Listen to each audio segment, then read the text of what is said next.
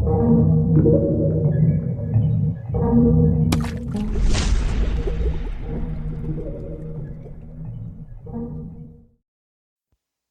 guys, and welcome to the Tidbits of Chiquita Tate.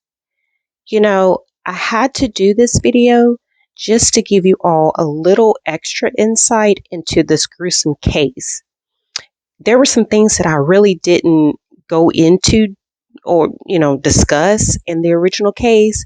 So hopefully by the end of this video, I will have answered some of your questions that you probably had at certain points in this story. So let's jump back into the Chiquita Tate case. Okay, let's start with Chiquita's sister, Danita. Now, Danita actually worked for Chiquita as her secretary, but just so happened she didn't work the day in the office of the murder. Greg had called Danita several times before he decided to go to Chiquita's office to check on her since she never came home. Well, in his words. Danita's last conversation with Chiquita was the day of the murder. Chiquita had called her and told her she definitely wanted out of the marriage and she was filing for divorce soon. Also, she had already put down a deposit on an apartment, so, it was evident that she was getting ready to leave Greg. In 2007, Chiquita called 911, and in that recording, she stated Greg was attacking her and she was requesting for help. Now, she ended up filing domestic abuse charges on Greg, which was the reason why he had that warrant out for his arrest. Remember that? Oh, also, Chiquita had domestic abuse charges filed on her, but her charges were dropped. And of course, Greg's was not. During the investigation, it was discovered Chiquita had a $60,000 life insurance policy that Greg was the beneficiary of. So you have to question yourselves or question, did Greg kill Chiquita for the money? He wouldn't get a dime if they got divorced, right? During Greg's last questioning, you remember me saying the detectives told Greg they had a GPS on his vehicle and camera footage on him? Well, actually, they lied to him. They never had any cameras on him and there was no GPS. Poor Greg told on himself, actually, especially about him being on Gardere Lane where Chiquita wallet was found. Because at first, he said he was never there. He went straight home after leaving Chiquita's office. Y'all remember that?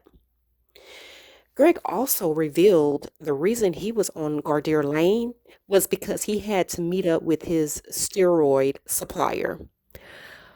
Now, that's a lie because the detectives spoke with this supplier, quote unquote, and he said he hadn't seen Greg in months. And Greg doesn't buy steroids from him. Dang, he was caught in another lie, right? Chiquita's murder trial begins on April the 9th of 2011. This trial lasted 16 days. Greg was charged with second-degree murder, but he was convicted with manslaughter. And that sentencing was 40 years without the possibility of parole. So he ended up getting the max amount of years for the manslaughter charge. But why? Why not the second-degree murder? Well, the jury didn't think Greg planned the murder. That's what they say. But they did say in agreement that he was responsible.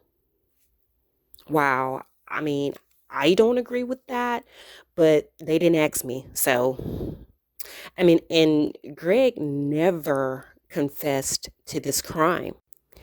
The prosecution and defense attorneys on this case were the powerhouse attorneys.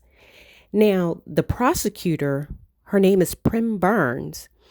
She is a well known Louisiana prosecutor, and she wanted this case because she knew Chiquita and she completely respected Chiquita in the courtroom, outside of the courtroom, and she wanted justice for her and her family. And she made a promise that she was going to get justice for her. There were photos taken by the detectives of Greg's back. On his back, he had scratches, and the forensics confirmed that they came from someone with round-shaped manicured nails. Well, you remember the broken nail that was found at the crime scene that belonged to Chiquita? Per forensics, it was a match. But guys, there was a hiccup with this information. Forensics also indicated another person's DNA was under Chiquita's nails aside from Greg. Unfortunately, they were not able to identify the person, which is completely weird. Burns also pointed out that Chiquita's blood was traced on a bottle of bleach in the home. Greg admitted he washed clothes when he got home from Chiquita's office.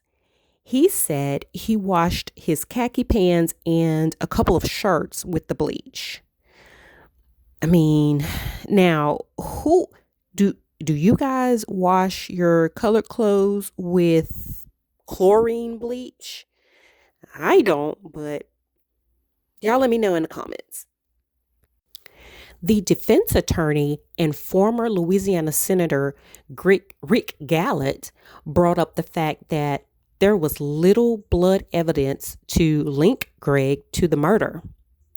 There was no blood found on Greg, and the traces of blood found in the house was considered normal because they lived together. If Greg was the perpetrator, he would have had an enormous amount of blood on him. There was no blood in the hallway of the third floor of Chiquita's office or in that elevator. Gallant had the attorneys that spotted Greg the evening of the murder to testify to say that Greg's temperament was not of someone that had just murdered someone. Now, also, Gallant pointed the finger at one of the now deceased Duhart brothers. And you guys remember the Duhart brothers. They were the ones that were wanting Chiquita to help them on a murder case, right? Well, one of the brothers died by the name of Denard. And Gallant, he stated that Denard was the one that actually did the murder. Now, it was also noted that the mother of the Duhart brothers was arrested on robbery charges in 2009 and sentenced to 2 years in prison. She was caught trying to bribe a shooting victim in an unrelated case. Greg's father, Silver Harris, he says he stands with his son and they have convicted the wrong person. He also says many people have come up to him and his family to say that Greg was set up. Now, Silver recounts one night an attempt was made to murder Greg. He said Greg was home asleep on the couch and someone came up to the couple's bedroom window around 3:40 a.m. and shot in 5 times with a 10-millimeter gun. Now, he goes on to say, and I quote, "God saved my son because if he would have been in that bedroom, he would have been dead," end quote. Now, all of this planted the reasonable doubt, which led to the verdict. Now, if you guys are like me, you know that cameras are everywhere. And one of the questions I had was, where is the camera footage from the night of the murder? Well, the answer is the cameras were not working that night. Baton Rouge had a bad storm to come through weeks before the murder happened. So there were several cameras that were out downtown, which, my gosh, how bad of a time that is to have the cameras not work. But that was the reason why they didn't have any camera footage. Now, one last thing. Greg and his attorney, they filed for a new trial. Yeah. Greg contends that the district judge, the one that presided over the murder trial, they should have been disqualified for presiding over that case because Chiquita was a student law clerk for that judge when they sat on the bench years ago and when they were in the Baton Rouge City Court bench. But in June of 2020, Greg's request for a new trial was denied. Well, so that's that. Huh? What do you guys think? I hope that I answered some of the questions that you may have had concerning this case.